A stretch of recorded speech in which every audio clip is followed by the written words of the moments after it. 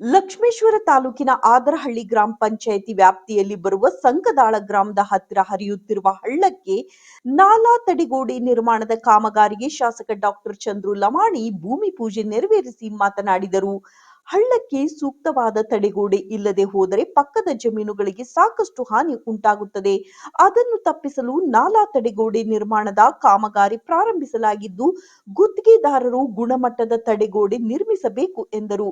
ಈ ಸಮಯದಲ್ಲಿ ಶಿವಾನಂದ ಹರಿಜನ, ಹಾಲಪ್ಪ ಸೂರಣಗಿ, ದುರ್ಗಪ್ಪ ಹರಿಜನ, ನೀಲಪ್ಪ ಹರಿಜನ, ಗಂಗಾಧರ್ ಮೆಣಸಿನಕಾಯಿ ಸೇರಿದಂತೆ ಗ್ರಾಮ ಪಂಚಾಯಿತಿ ಸದಸ್ಯರು ಮತ್ತು ಗ್ರಾಮಸ್ಥರು ಉಪಸ್ಥಿತರಿದ್ದರು.